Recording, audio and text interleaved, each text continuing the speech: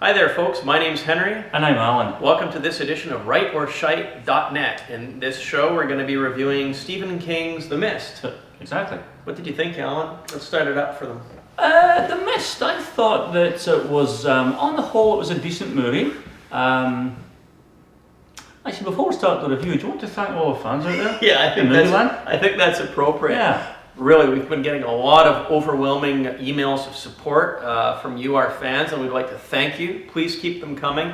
Please tell your friends to visit our website, WriteOrShite.net, and we really appreciate all the t-shirt purchases, and don't be afraid to wear them at your next screening that you go to. Thanks again for all the kind words of support. It's really motivating to hear all you people telling us what a good job we're doing. Especially the movie gears in the Vancouver theatres who we come across from time to time, recognise the t-shirts, think our website's fantastic. Yeah. Thanks. It's all worth it in the end, isn't it? Yeah. It's essentially about this small town in the East Coast state somewhere. New Hampshire. Yeah, something like that. It gets enveloped in this strange mist. Yeah. And it's through the daytime, and suddenly this mist swirls in and basically engulfs the town. Yeah, there's been a nuclear test up at the military base up the hill, and basically the mist is... But nobody knows about it. Yeah, they don't know about it, and the mist has unleashed creatures from another dimension, and the mist contains these huge fireflies and big animals and big octopuses, and this group of people are trapped in a supermarket, and they're trying to fend off the creatures that are enveloping. They basically know there's something weird about the mist, so they all congregate in the store, the general store, and the movie kind of sort of rumbles along, and well, they're scared to go out. They're wondering how long is it going to last? Are they going to be stuck in there forever?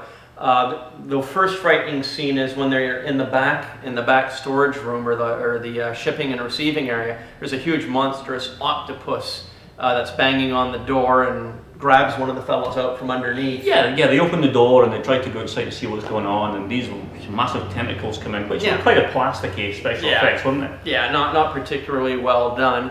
And my question is, well, why didn't this huge octopus come to the front of the building and just break the glass and come in and eat everybody? That was pretty dumb. It just kind of sort of hung around the back door. Yeah, it didn't make much sense. So then people start to get frightened, and then they split up into groups. It's kind of like the Poseidon Adventure, but in a supermarket with gross animals outside. Yeah, the Poseidon Adventure. Yeah, good one.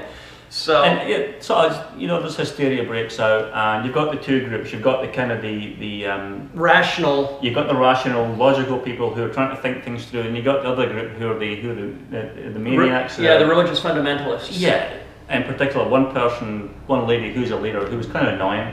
No, she was a real pain in the she was some kind of heretic, some kind of religious. And then she starts into she whips her congregation up into a fury to do a human sacrifice. Yeah. What's that? I mean, that's a bit too far-fetched for me. Yeah, I think it was meant to be some kind of social commentary on in times of high stress or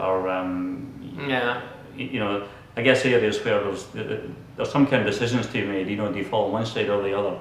And but the movie, I thought on the whole was a good idea.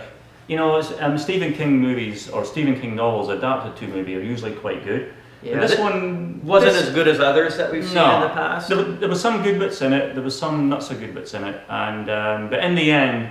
They do eventually. We should say, if you haven't seen the movie, you might want to stop watching our preview here, because we're going to talk about the end now. Yeah, I mean, in the end, there's a small group of the people who do get out of the store, and they manage to get away from all the monsters and goblins and all that stuff, that are kind of hanging around the store. Yeah, but what about, they had, if you saw the movie, what was it, the Tom Cruise one, War of the Worlds, and they've got those huge things walking with the paws, brr, brr.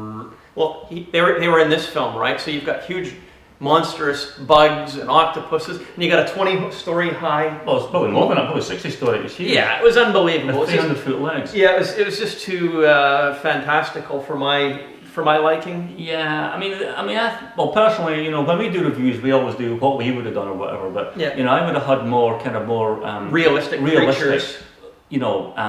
outside the store, coming into the store, they had to, shoot them. Kind of like the Hellraiser creatures. They came from another dimension. Yeah. They were, of human size, but really gross. I mean, the octopus idea has been totally outdone and overplayed, right? Yeah. I didn't like the ending of the film. I mean, again, if you haven't watched it, stop watching our review now. But in the end, the main character, he puts to sleep, he murders all the people that he's with to save them from a gruesome ending. And 1 second after he finishes killing everybody, the skies turn blue. And the mist clears. Yeah, the mist clears, and he's saved. And he's got a truck full of, bodies ready to go to the morgue. Come on.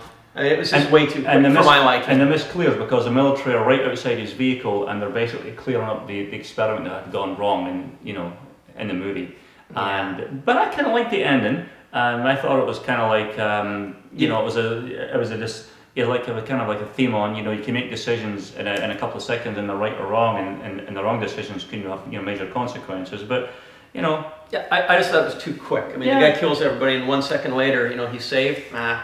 This movie on the whole, it wasn't enough bad bits about it to give it a shite, but I would probably say it was alright, but I think they could have did a little better job on it. Yeah, it was a bare right. It was just like a 5.1 for me. Yeah. I wasn't bored through the film, but I could have been a lot more entertained. Some of the acting in the store between the two groups, I was kind of a bit embarrassed actually. It was kind of cheesy acting. It was kind of forced. Well, what about? And the gorgeous woman. I thought that was a bit. I mean, the main character, the main fellow in the film. Well, he's separated from his wife because of the mist, and then he's hooked up with a very gorgeous woman in the store, and her makeup is always impeccable. Yeah.